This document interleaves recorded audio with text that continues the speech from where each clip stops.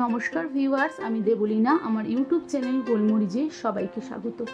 আজকে আমি দই বড়া আপনাদেরকে বানিয়ে দেখাবো। এই দই বড়া সকলেই কিন্তু বাইরে খেয়ে থাকি, কিন্তু আজকে আমি ঘরে কিভাবে বানাই সেটাই আপনাদের সাথে শেয়ার করব। এই দই বড়া সম্পূর্ণ নিরামিষ, তাই যে কোনো নিরামিষ দিনেই কিন্তু আপনারা দই বড়াটা বানিয়ে নিতে পারেন। বাচ্চা বড় সকলেরই কিন্তু খেতে ভালো লাগে। এই রেসিপিটা বানাবার জন্য এখানে 100 গ্রাম আমি বিউলির ডাল নিয়েছি আর 100 গ্রাম মুগ ডাল নিয়েছি। আপনারা চাইলে কিন্তু শুধু বিউলির ডালও বানিয়ে নিতে পারেন, কিন্তু 50-50 রেশিওতে বিউলির ডাল আর মুগ ডাল নিলে বড়াটা কিন্তু টেস্টি হয়। এবার বিউলির ডালটা আমি ওভারনাইট ভিজিয়ে রেখেছি, মানে 10-12 ঘন্টার জন্য, আর মুগ ডালটা আমি 5-6 ঘন্টা আগে ভিজিয়ে রেখেছি। এরপরে বিউলির ডাল আর মুগ ডালটা ভালোভাবে জল ঝরিয়ে আমি মিক্সিতে ব্লেন্ড করে নেব। তবে আপনাদের যদি জল লাগে সেক্ষেত্রে কিন্তু সামান্য পরিমাণ জল দিয়েই ব্লেন্ড করে নেবেন। একদম ঘন ব্যাটারটা রেডি করে নিতে হবে। এরপরে আমি 2টো কাঁচা লঙ্কা আর 1 ইঞ্চি আদার টুকরো দিয়ে একদম ঘন করে ব্যাটারটা রেডি করে নিচ্ছি। এরপরে এর মধ্যে আমি 1 চামচ নুন দিয়ে নিচ্ছি। নুন দেওয়ার পরে একটা হ্যান্ড ব্লেন্ডারের সাহায্যে আমি ভালোভাবে ব্লেন্ড করে নিচ্ছি। যতটা সুন্দরভাবে ব্লেন্ড করা যায়, মানে এর ভেতরে এয়ার ঢুকবে, তত কিন্তু বড়াটা ভালোভাবে সফট হবে আর ফুলবে। তবে এক্ষেত্রে বাটিটা একটু বড় নেবেন, কারণ ব্লেন্ড করার পরে কিন্তু ব্যাটারটা ডাবল হয়ে যাবে। বাটিটা আমার একটু ছোট হয়ে গেছে। এবার ব্যাটারটা রেডি হয়েছে ভালোভাবে সেটা বোঝবার জন্য একটা বাটিতে আমি জল নিয়েছি, আর তার মধ্যে ব্যাটারটা ফেলে দেওয়ার পরে যদি ভেসে থাকে তাহলেই বুঝবেন ব্যাটারটা পারফেক্ট রেডি হয়েছে। আর যদি ডুবে যায় সেক্ষেত্রে ব্যাটারটা আরও ভালোভাবে ব্লেন্ড করে নিতে হবে। এরপরে আমি ডুবো তেলে বড়াগুলো ভেজে নেব। সাদা তেলে এখানে আমি বড়াগুলো ভেজে নিচ্ছি। বড়াগুলো কিন্তু আমি দূরে দূরে দিয়ে ভাজছি।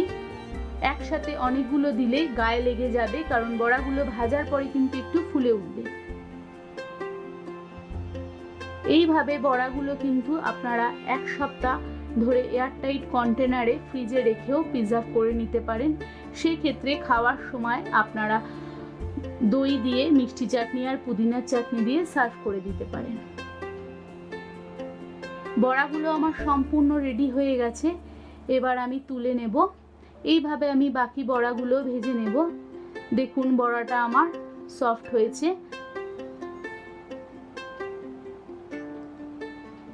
এবার একটা বাটিতে আমি নর্মাল জল নিয়ে নিচ্ছি পর্যাপ্ত পরিমাণে। তার মধ্যে 1/2 চামচ হিঙের গুঁড়ো দিয়ে দিচ্ছি, আর 1 চামচ আমি গোটা মৌরি দিয়ে নিচ্ছি।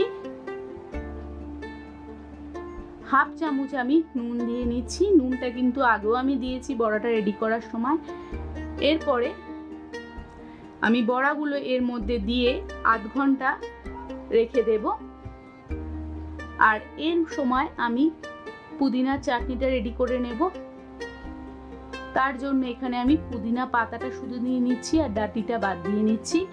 আর ধনে পাতার ডাঁটি শুধু দিচ্ছি, একটা লঙ্কা আর 1 ইঞ্চির একটা আদা দিচ্ছি, একটা গোটা লেবুর রস দিচ্ছি, 1/2 চামচ নুন দিয়ে নিচ্ছি। আপনারা চাইলে কিন্তু 4-5 কোয়া রসুনও দিতে পারেন এর মধ্যে, তবে আমি নিরামিষ তৈরি করব বলে সম্পূর্ণ রসুন ছাড়া করছি। এরপরে 1 চামচ গোটা জিরে আমি শুকনো খোলায় ভেজে মিক্সিতে ভালোভাবে ব্লেন্ড করে নেব।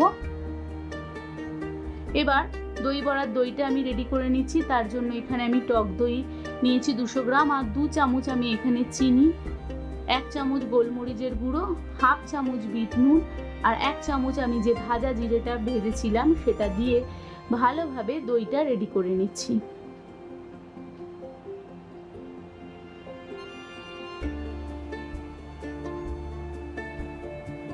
এরপরে জল থেকে আমি বড়াগুলো তুলে নেব।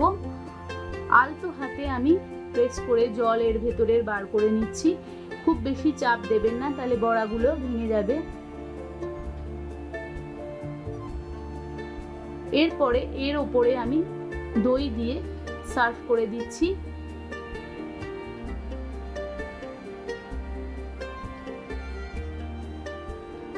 এর ওপরে আমি পুদিনার চাটনিটাও দিয়ে দেবো। আমি আগেই বলেছি আপনারা চাইলে কিন্তু রসুনও দিতে পারেন, কিন্তু আমি সম্পূর্ণ নিরামিষ তৈরি করছি, তাই জন্য আমি রসুনের ব্যবহার পুদিনার চাটনিতে করিনি। পুদিনার চাটনিটা দেওয়ার পরে এখানে আমি মিষ্টি চাটনিটা দিয়ে দেব। মিষ্টি চাটনির ভিডিওটা কিন্তু আমি আগেই আপনাদের সাথে শেয়ার করেছি, আর এই ভিডিওর ডেসক্রিপশন বক্সেও আমি মিষ্টি চাটনির লিঙ্কটা দিয়ে দেব, আপনারা চাইলে দেখে নিতে পারেন। এরপরে গার্নিশের জন্য এর উপরে আমি ঝুরি ভাজা দিয়ে দিচ্ছি, এটা অপশনাল। দই বড়াটা আমার সম্পূর্ণ রেডি হয়ে গেছে।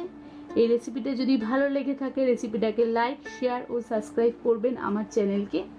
এই ভিডিওটা শেষ পর্যন্ত দেখবার জন্য অসংখ্য ধন্যবাদ।